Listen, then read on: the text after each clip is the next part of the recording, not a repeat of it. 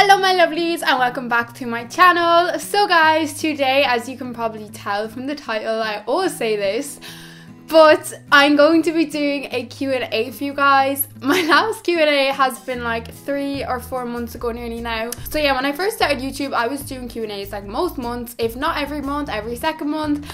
And now I've just completely gotten carried away with myself. So I went over to my Snapchat, my Twitter and my Instagram actually this time, and I asked you guys to ask me any questions you guys have, and you came back with some very interesting ones, if I do say so myself. And yeah, I'm really excited about this. Guys, I also just wanted to ask you if you guys have any requests whatsoever of any videos you guys would like to see on my channel in the near future. Please leave them down below, as I'm going to be taking note of any videos you guys leave under this video. So with that said, let's get on to the video. Okay, so the first question I have here is, why do you think men ghost us, even if we think we've done nothing wrong? Okay, and I really like this question because like this is a kind of question I probably would have asked somebody for a Q&A. Okay, all I can give is my opinion on this and what I think, and it's by no means the way it actually is, because I'm a woman and I have no idea what goes on inside fellas' heads. I don't even want to know.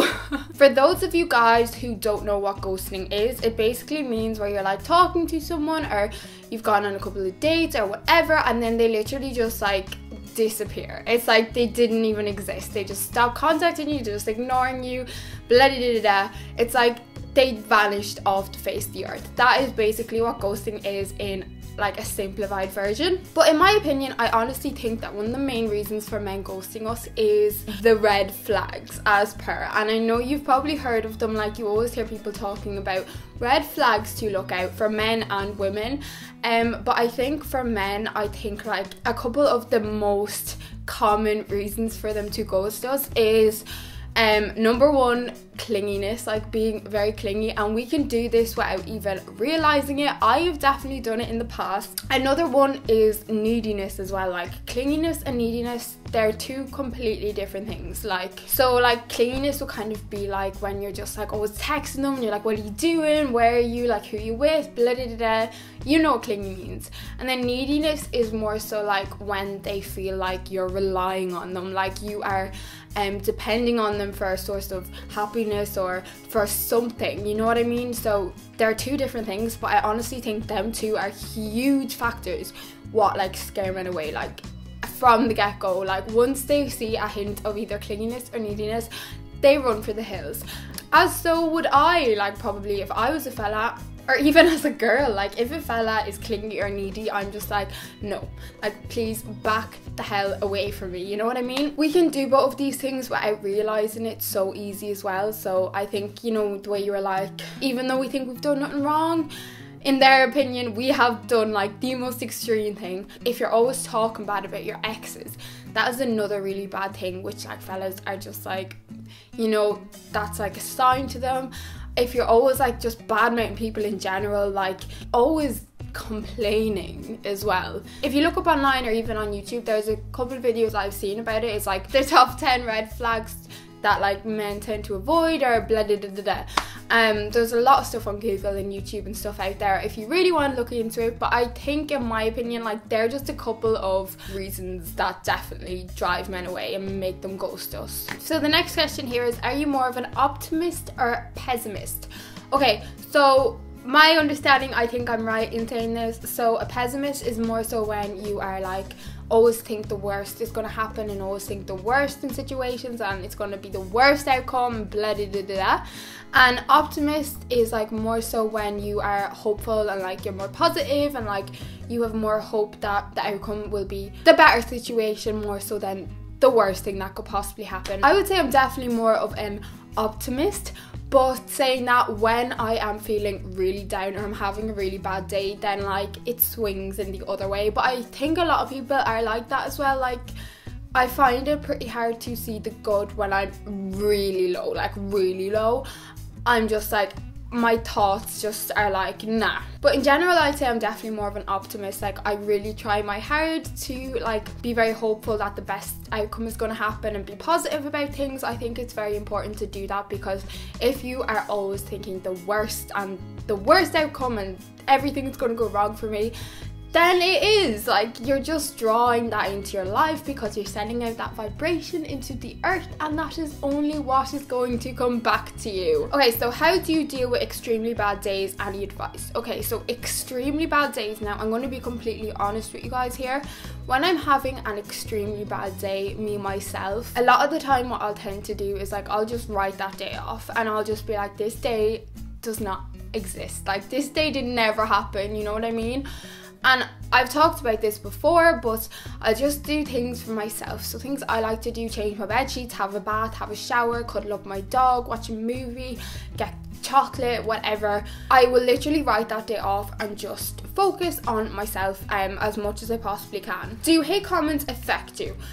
Being honest, no, I have not. Like, since starting YouTube, I am on YouTube a year now. Oh my god, I feel so good being able to say that. Hate comments actually don't affect me. Hate comments make me laugh. Like, I get such a laugh out of them. I feel like starting YouTube, you kind of have to prepare yourself for that. Like, I remember when starting YouTube, I was like, right, I literally thought worst case scenario. I was like, I'm gonna put up my first video and everyone's gonna be absolutely horrible. Like, you know, and I was like, and I'm gonna be, I don't care, because I want to do YouTube and I want to put up videos and I want to make videos. And I did not get one negative comment, like, on my first video. But I feel like when you're starting YouTube, you kind of have to go in expecting the worst. And if you are, and you're prepared for that and you're okay with that, then you're going to be fine. Okay, so are there any ladies you fancy right now? There is one, like one that I know, if that makes sense. Well, yeah. What helps to take your mind off an ex you miss so much? Okay, right, well, I have been in this position before. Honestly, the way that I think I dealt with it the best way when I was really missing an ex so much, like when not too long has passed after the breakup or whatever, or even if it has, I remember getting a piece of paper and writing out all the bad things about the relationship, and like all the times that I was upset, all the times I got hurt, like blah da da da da. Doing this, I know it might sound awful, but you're just kind of reminding yourself why it actually did end and why you are no longer together. And I remember doing that, and then I wrote out the good stuff, and the bad side was like way bigger than the good side, like, and that kind of just made me realize, I was just kind of like, Jessica, why are you wasting so much energy and tears on someone who brought more negative impact into your life than positive, if that makes sense, you know what I mean? Like, there's a reason that you guys didn't work out. As good as the good times may have been, like, a lot of the times the bad times were just awful, you know? So another thing what I found is like spending a lot of time around your friends and like talking about anything other than that person, you know what I mean? And just trying to occupy yourself, like start something new, like start exercising or start class or start, like, you know, I don't know, whatever it is, you know what I mean? Just to take your mind away from the person that you keep thinking about. How long do you want to do YouTube for, and what's your favorite thing about being a YouTuber? Honestly, I want to do YouTube for as long as I possibly can, for as long as YouTube exists, for as long as you guys keep supporting me. Like, that is honestly as long as I want to do YouTube for. Like, once you guys support me and once this platform is here, I honestly don't think that I will ever not want to continue doing it, if that makes sense. And my favorite thing about being a YouTuber is just like certain videos I've uploaded and like the response I've gotten, and like you guys sharing your stories with me. Just when I get like really amazing feedback off you guys and you guys are like, you've helped me so much, or like saying this has really made me realize blah da da da. You know what I mean? I just feel like you guys like are my favorite thing about YouTube. The impact that I've had on some of you guys' lives from what you have shared with me, and like it just really touches my heart. Just some of the things you guys have ever said to me, like just will stick with me forever. Like, and I don't mean that in like a cliche way, like I genuinely mean it. Like, you guys by far are my favorite thing about being a YouTuber. Like, I wouldn't be here if it wasn't for you guys, and I just love you. Why do you think there's more of a stigma on bisexual men than women? I thought this was a really good question. So I'm only going off what like gay men I know personally have said to me, but basically my grasp of it is that because bisexual men are really looked down upon in the gay community. Don't ask me why, like I'm not a part of that or anything, but that's what I've heard quite a lot, like that if you are a gay man and you then come out as bisexual, for some reason it's just really looked down upon. Like I don't know why. I'm not the right person to answer this question, but that is just my understanding of it. Will you ever go on tour / write a book? I mean if like, obviously not now, but like I mean if YouTube like kept growing for me and things like went really well, my channel grew, obviously like I am nowhere near a size now to go on tour or write a book, like no way. But like in the future I would absolutely love to. If that was something I got the opportunity to do, I would jump on it with both hands. And writing a book, like it would definitely be something I would love to do in my lifetime, like you know what I mean, like it would be something I'd love to be able to say I've written my own book, like you know, that way, and just like be really proud of myself for it. But like yeah, in the future I would absolutely love to, but obviously no time soon. What camera do you use? I use the Canon 70D, so the Canon EOS 70D. What is your favourite flavour of ice cream? My favourite flavour of ice cream is mint ice cream, without a doubt. Like every time when anyone's like, do you want to go get ice cream? And I go in, I'm like, do they have mint? And if they don't have mint, a lot of the time I'm just like, nah. When is the best time to come out to homophobic parents and family members? PS, I love you too, darling. Okay, so my opinion, now this is honestly just my opinion again, I can't give you anything else, but if they are like really homophobic, I honestly, what I would do in your situation is I would wait until I was of age, like 18, so then if they take it extremely badly, that you can just move out, or you know, go stay away for a week with a friend, or you know what I mean, something like that. So that would honestly be what I would do. If I was in your position, I wouldn't risk saying it earlier, because then you're kind of like stuck in the house with the atmosphere if they take it really badly, if you get what I'm saying. What do you love about fall? Okay, I absolutely love fall. Like I'm so excited, you don't even understand, right? So I love the leaves. I honestly love when you wake up in the morning and you don't have to get up early and it's pissing rain outside and you can just hear it like banging off your window. I love that. But not when you have to get up early. Then I'm like, rude! The leaves, the rain, like just being able to cuddle up, it being able to be really cold and actually being able to like cuddle up and you're freezing, being able to like have hot chocolate and tea when you're really cold. I don't like drinking it in the summer because I'm always very warm, like I'm a pretty warm person, so in the winter I just love it, like it's so comforting. And then like I love things like Halloween and like Halloween decorations. I love the way it gets dark earlier, like it just makes me feel so cozy. Anything about autumn I absolutely love, like literally anything. I'm there, I love it. Only not the spiders. Oh my god, not the freaking spiders.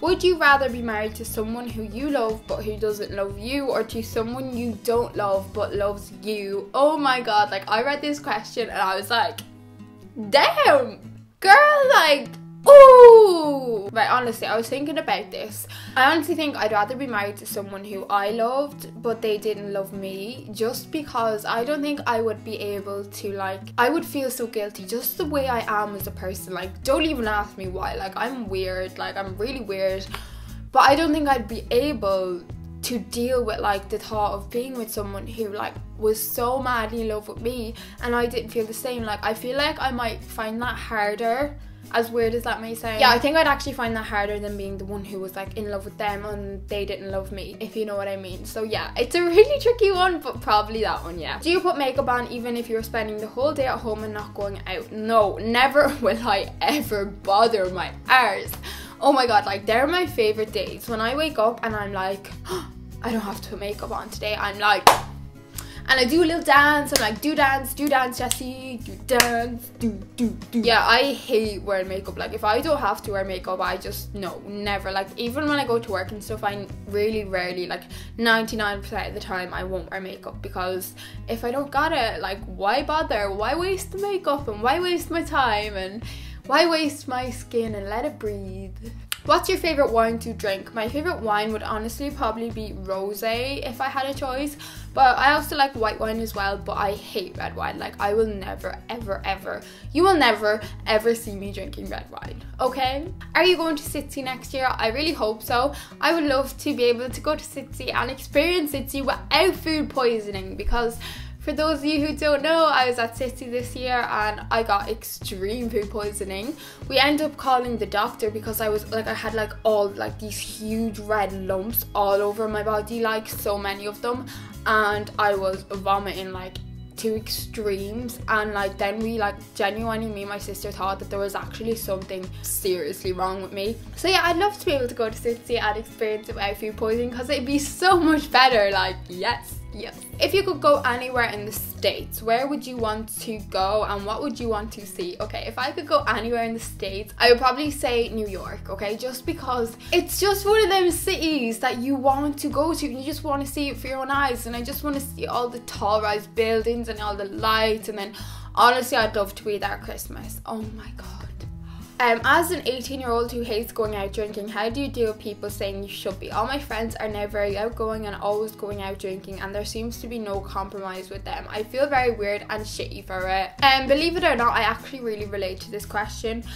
So for you guys that don't know, I'm 19 and I am literally you. Like, I remember being in that situation, and I remember especially in school as well, I feel like it's a lot harder, and college if you're in college. Like, you just feel so pressured and you feel like you should be doing stuff that everyone else is doing. You feel like you should be going out, you feel like you should be getting pissed off your face every weekend.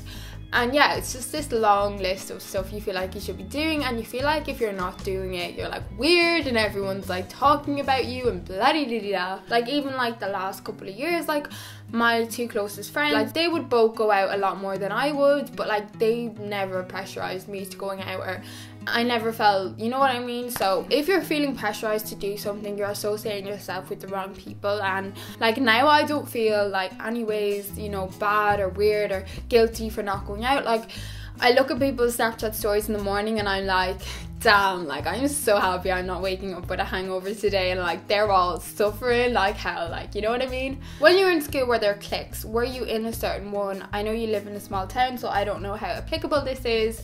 Yes, when I was in school, even though there was only like 500 of us in the whole school, there was cliques, like, and a lot of them. I think no matter how big or small the school is or where you go, there's always going to be cliques, especially in school. In like first and second year of secondary school, I was kind of in like the more not like the popular group, but like the more so popular. Like, I was friends with all the girls who, you know, were popular.